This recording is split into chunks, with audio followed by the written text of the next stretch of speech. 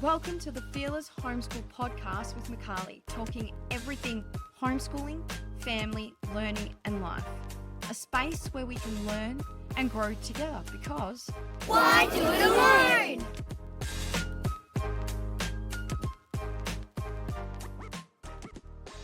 Welcome back to part 2 of our chat with Tim Nixon from Steiner Home Education Australia.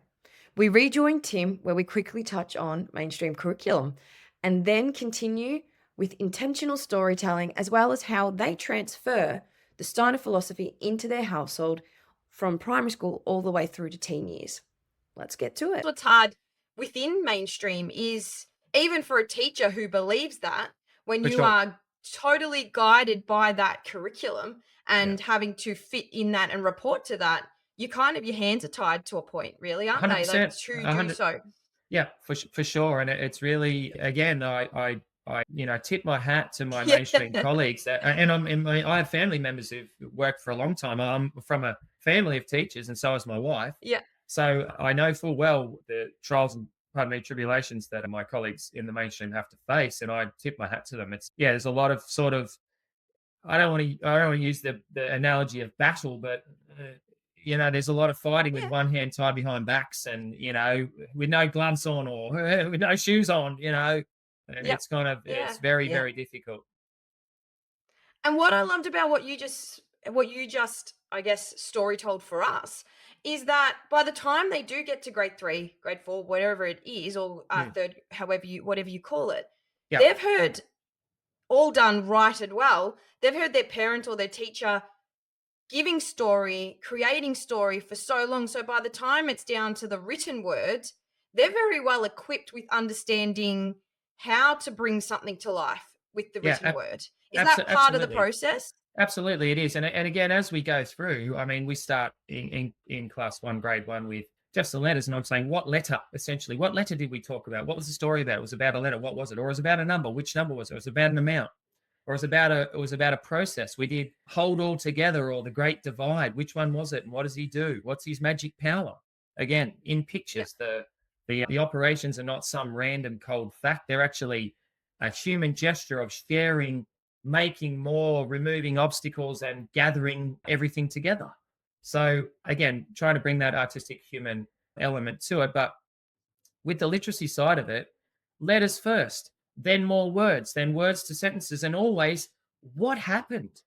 You tell me, I want you to tell me what you comprehended of what I told you, and then write about it. So always, it's always synthesis. It's always, you said this, I understood it as that. Okay, fine.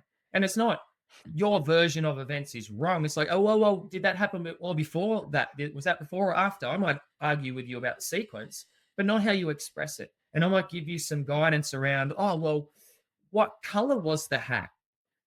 Yeah, you could say red, but, and I guide you, what kind of red? Cherry red. Oh, there you go. Well, I can see that. Okay. And so we guide you through that process as you work your way through the years. So it's not a cumbersome, it's a very organic process. When you think about it, I can't go straight to words. I need to do letters first. So I go letters, then I do words. I can't go to sentences unless I know what words are. So I go from words to sentences. I can't read paragraphs until I know what sentences are, blah, blah, blah, blah, blah.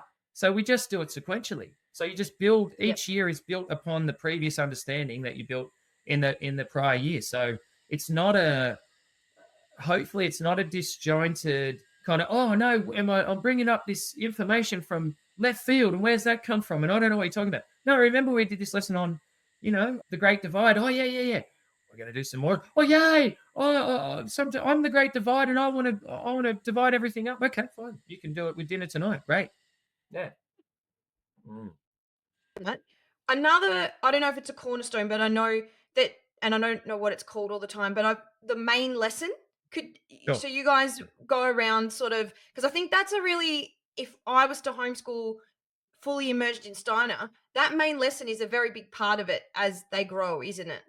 It totally is. And I mean, it's a cornerstone of what we do. So for people who are working more out of a mainstream model or familiarity with mainstream sort of terminology, the main lesson in other words is a unit of work. It might be on average, they go for about 4 weeks, ideally. And so per term, you might get 2 to 2.5 per term, depending on the subject that each main lesson is focusing on. Now, when I say it's focusing on it, and I'll use the example of, let's say we do a lesson on local surrounds in class 1 and 2, where it's just basically looking around your home and looking around your local geographic area and getting familiar with the animals and the plant life, and just trying to guide your child's attention or out to the natural world in their immediate vicinity. Now, you could say that that's a geography lesson, and it is, but we incorporate that every main lesson that we do with visual arts. So when I talk about a main lesson having a focus, this focus is geography. We'll be writing the whole time, we'll be drawing the whole time. We may be singing songs as a part of that as well. So it's not just, I'm not studying maps and we're not talking about anything, we're just looking at stuff. Obviously, if I'm doing geography, I'm speaking about it. So therefore, we're doing English. I'm going to be writing about it. We're going to be recording again in that story sort of narrative form that I spoke about before. We're going to be talking about the brush turkeys that run around in Noosa. We're going to be talking about the blue-faced honeyeater that hangs upside down on our banana bunches when they're ripening up, or whatever it is. But yeah, it's a way that the way that the main lesson works is that you choose a certain focus, and that is your focus, but there are other areas or subject areas that are incorporated into that focal area. So it's not the case that I'm just covering one specific learning area, one topic. In one main lesson, I might be covering, science, mathematics, history, and English, just because of the nature of the lesson in the activities that you're going to be doing. So that's one thing. Now, another side of what we do, and this is not necessarily a Steiner thing, Steiner never spoke about it, is what people often call morning circle or a morning routine. So prior to the main lesson, a lot of teachers in Steiner, and certainly in other settings, educational settings, will do some movement and some artistic activities just to get the children warmed up and their blood flowing and oxygenated and engaged in some sort of artistic process before we go into the more academic side of it. So we certainly incorporate movement, singing, playing of music and other things like that, chanting, verses and whatnot, before we come to the main lesson. So in terms of, I guess, addressing, what would you call it, status approval from various home education units and all the rest of it, each 4 weeks is designated to focus on one particular topic that's incorporated with about 2 or 3 other topics. And then every day you'll do movement, singing, playing music, and you'll do spelling and mental maths, just practicing that as well every day. So that regardless of whether you're doing a strict maths main lesson or you're doing a strict English main lesson, you're still doing spelling and you're still doing maths every day as a matter of course. So in a lot of ways, that is quite similar with, say, an average day in a mainstream sort of orientated home education program or a classroom for that matter. But the main lesson itself is very prescriptive in the sense that Rudolf Steiner was like, in this year, teach this, this, this, this, this, this, this, this, and this. In the next year, teach this. Is very, very specific. And that's got to do with the age, developmental appropriateness of certain content and how it speaks to where certain stories speak more to where certain age children are. For example, Class 1, fairy tales. Class 5, Greek mythology. Class 4, Norse mythology. So, there's various things for certain times. And they're vehicles for transporting the content or the concept from me to my child. Translating that to homeschool, where you've got 4 kids all at different stages, all at different levels, how does that happen, right? How do you do that? So it tends to be that, well, in a nutshell, the older children go first because they're more independent, because they require generally less explanation about a specific task. Let's just say, take an example from our family that we've definitely had.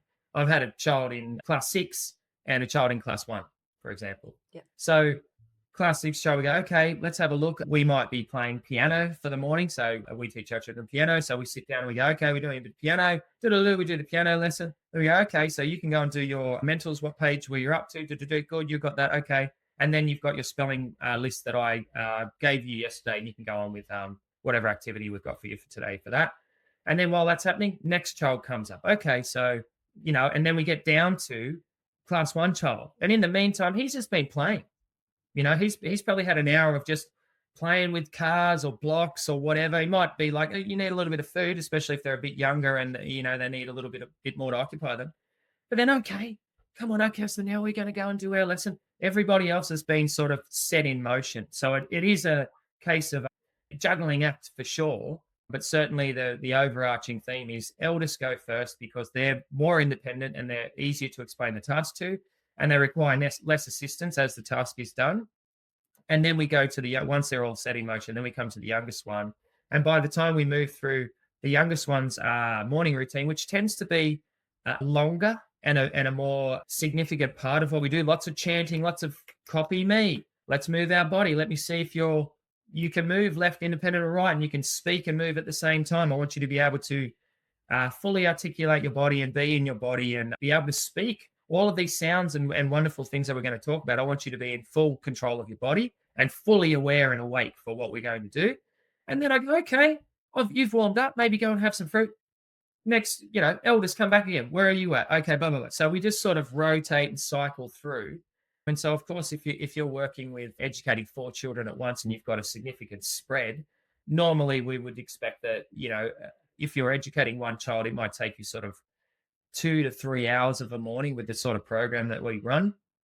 If you've got 4 children, that's going to push up to 3 hours, and then you might have to pause for lunch break, and then you might have a couple of stories to tell after lunch or something like that before they go off to do whatever it is they want to do or whatever activity you've got planned next for them. Yeah, beautiful. And is there any part of it that you can do as a whole, as a family, or are there any things that you choose to do as a group learning, even if it's, does that make sense? Yeah. So again, with the picture, with the developmental picture that I spoke about before, and certain things being brought at certain times, Yeah. there's nothing in that context. We would say there's nothing wrong with the older child coming and joining in with the younger child, and we've certainly had that because they know the songs and they know the verses and the movement. So it's another example, and if they're keen for it, absolutely come on in.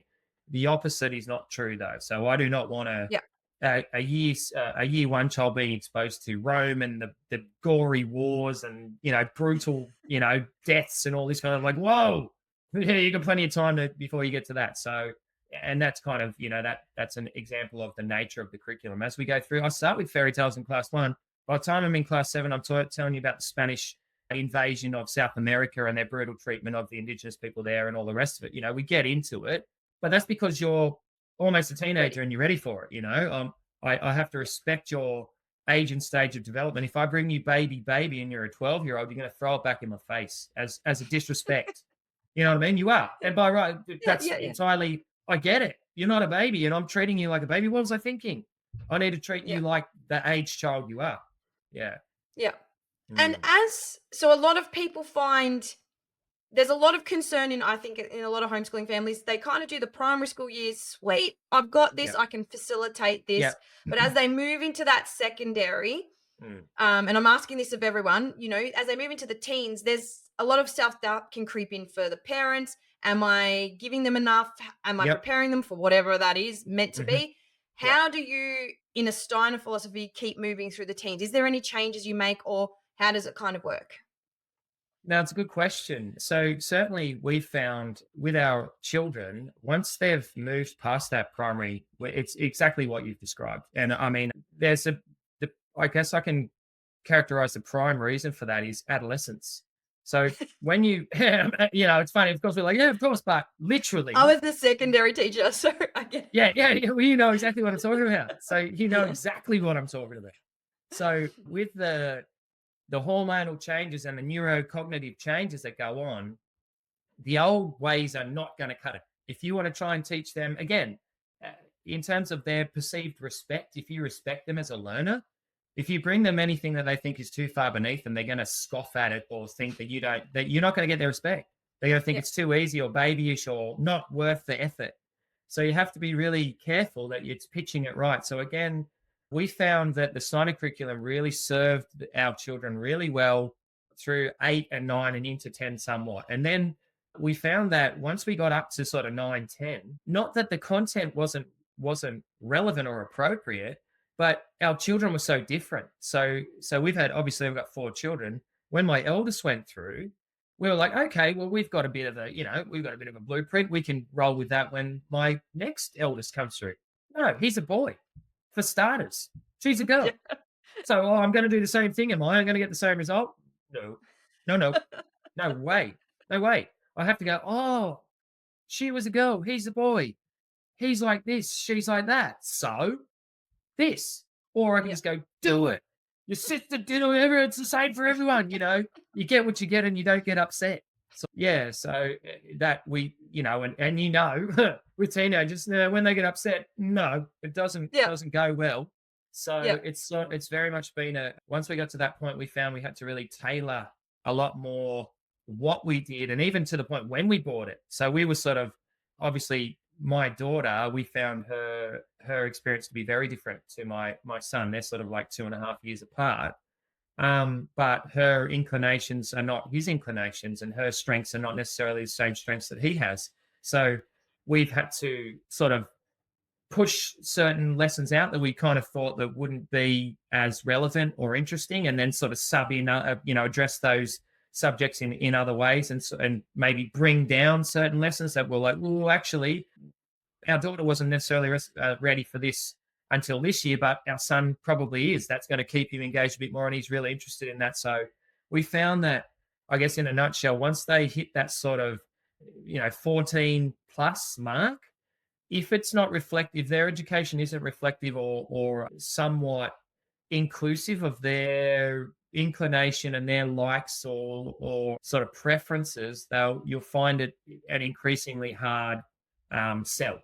And they'll want to, I don't have to do this or whatever. If there's no illusions that doesn't come earlier, but certainly when you're dealing with an almost adult, just because I say, or it's my choice and it's, I'm the parent here, whatever, that might be true and that might be the reality, but it's not going to win you the discussion. You're not going to get points in the debate or get what you want necessarily because of those facts. It's got to be a little bit of to and fro and a bit of, really customization, I think, is probably the word that I'm really looking for there. You really need to focus more on keeping your child engaged with the educational process and not so focused, I think, on time frames. And by that, I mean, by year 12, they're going to be, and then I want them to, once they get to that almost adult, your desire and your control over their behavior, in case you're not aware of this, starts to diminish somewhat. And they start to go, I don't want to do what you want. I don't want, in fact, depending on the child, they might say, I'm going to do the exact opposite of what you've done just because I want to be different. I want to do myself. I don't want to be another version of you, even if they secretly want to, So, but, I think, with the adolescents, much more customization, more input than they would have had previously, which is, for us in primary school, it's very little input. As I say, it's pretty prescriptive what you're doing. I might take your input in how you do it, how you, engage with this particular exercise or activity, but this is a lesson we're doing. And I'm choosing the order of it when we're doing it until we get to this time when that's not going to work. And I need to discuss with you, okay, well, look, I was thinking we could do this and that. And because you're really interested in this, I thought we'd do this, maybe bringing in a little bit of extracurricular stuff or interest courses outside of the main sort of curricular line of education that you're taking. I think really, really trying to incorporate your child's interests and inclinations and their opinion and feedback into what you're trying to convince them is of value for them to learn for their future life. And that's the same. We've had a podcast with the classical homeschooler, and it's the same deal all the way through. I think that everyone sort of concedes that by that age, kids need input. 100. It makes sense, doesn't it? Because they're almost adults. You're hoping they go out into the world being able to be independent learners and all that sort of stuff. So they've got to kind of practice that and push and shove a little bit whilst they're still under the safety of mum and dad. Absolutely. And, being that sounding board for them. I mean, the teenager, obviously, we've all, most adults have been one. We remember how right we were and all the rest of it and how everyone was wrong and didn't know anything. I feel like that's your 20s as well, really. Yeah. Oh, yeah. Okay. Right. Maybe even to your 40s. But I think yeah, I think any responsive education that wants to be successful with adolescents, it has to be interactive in that they have to have some say in what they do, how they're going to do it, some sort of flexibility and some interest, branching out that they have some say in. So, of course, like with our home education that we do more strictly in a Steiner sense, that's a component of what we do. But then, like my boys love to do woodwork, so we're fortunate enough to have a local woodwork course that they can go to and do some whittling and creating, all sorts of stuff there. And because that's an interest of theirs, and that's something that I can't necessarily provide. But if I could, then I would, because Yep. it's outside of the straight, narrow sort of literacy, numeracy curricular requirement. But I think you really need to broaden out into more what's a human requirement, what's a human adult requirement, and it's more than just straight education. What I like to do, what I feel is defining of me as a becoming adult, and how I want to show myself as a person to the world, what knowledge I want to have, because they're forming. We're all forming, but they're in that particular kind of chrysalis mush stage where if you open up the cocoon, there's just goo inside. They're not a butterfly yet, so they still need that kind of forming force from the parents, but inside they've got to have that sort of ability to ferment a little bit and bubble up and go where they want to sort of see themselves a little bit in the future. And what you indicated earlier, which is the same with majority of the homeschooling, is that really by 12 o'clock or by lunchtime, whatever time lunch is, that formal stuff is done. So Mm, mm. it kind of gives you the best of both worlds, where you're doing that Steiner philosophy that you really want to do. You're following that structure, but then the kids can have that time to follow their passions, or you can support those passions as well. Yeah, for sure. And I mean, even to the point that we don't.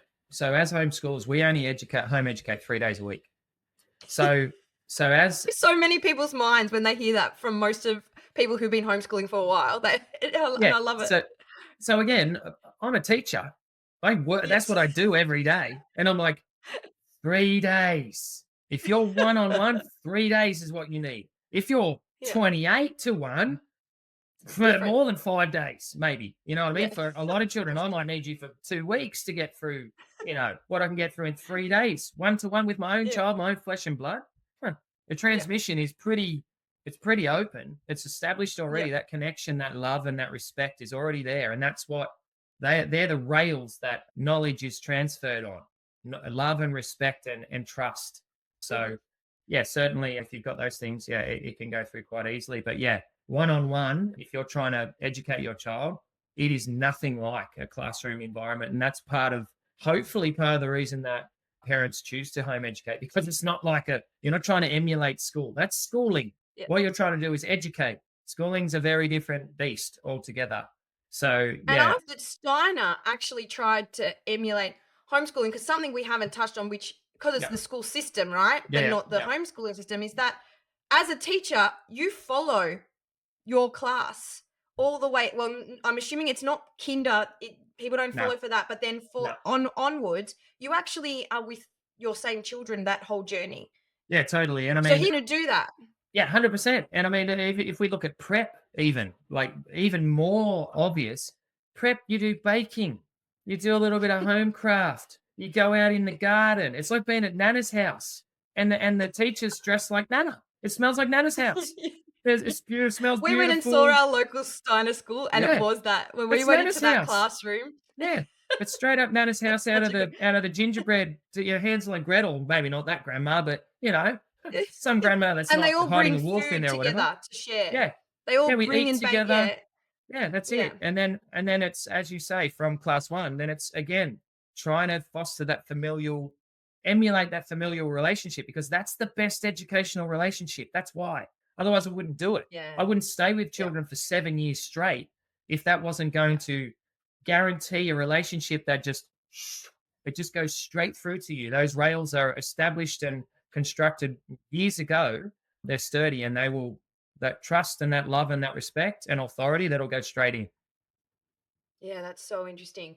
Before we finish up, if people want to know more from what you've spoken about, books, podcasts, resources, further learning for that, and also what you and your family offer the Steiner homeschooling space. Okay. Yeah, for anybody who's interested in Steiner education more broadly, there's a couple of books that I'd encourage them to check out.